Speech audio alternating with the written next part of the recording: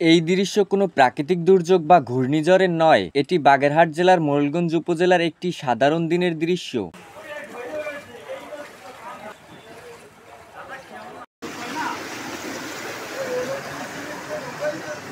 নদীতে জোয়ার এলেই বাজারের রাস্তাঘাট পানির নিচে তলিয়ে যায়। পানি ঠেলে দোকানে ঢোকার চেষ্টা, চারদিকে থই থই পানি, এ যেন শহর নয়, এক খোলা নদী।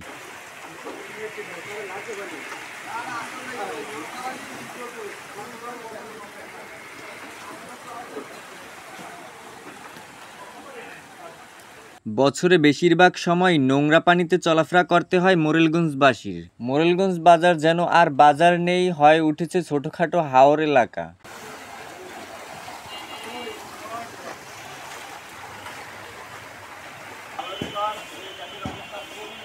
প্রতিদিন শিক্ষার্থীদের পানিতে ভিজে যেতে হয় স্কুল কিংবা কলেজে।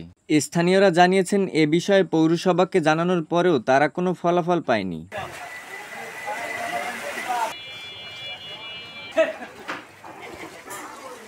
মোরেলগঞ্জবাসীর দাবি, বাজারের জলাবদ্ধতা সমস্যা এখনই সমাধান করতে হবে। আধুনিক ড্রেনের ব্যবস্থা, সঠিক উঁচু রাস্তা নির্মাণ এবং টেকসই পানি নিষ্কাশন ব্যবস্থার দাবি জানিয়েছে সাধারণ জনগণ।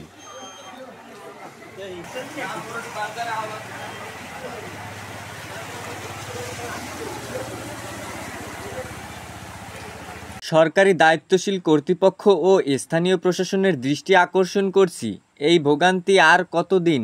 মোরেলগঞ্জবাসী এর একটি সমাধান চায়, শুধু প্রতিশ্রুতি নয়, চায় বাস্তব পদক্ষেপ।